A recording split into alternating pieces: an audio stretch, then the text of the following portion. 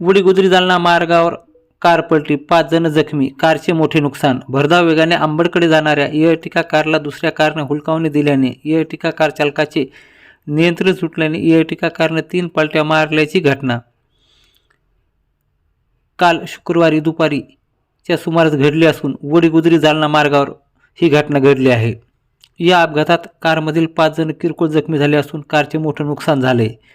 रांजणगाव छत्रपती संभाजीनगर येथून ही इअर्टिका कार क्रमांक MH21 AX 1444 ही अंबड तालुक्यातील दाडेगाव येथे लग्नासाठी जात असताना वडीगुद्री जालना मार्गावरील वडीगुद्रीजवळ भरधाव वेगाने जात असताना मागून येणाऱ्या कारने हुलकावणी दिली। या दरम्यान कार चालकाचे नियंत्रण सुटल्याने कारने महामार्गावर 3 पलट्या मारल्या। या अपघातात 4 जण किरकोळ जखमी झाले आहे।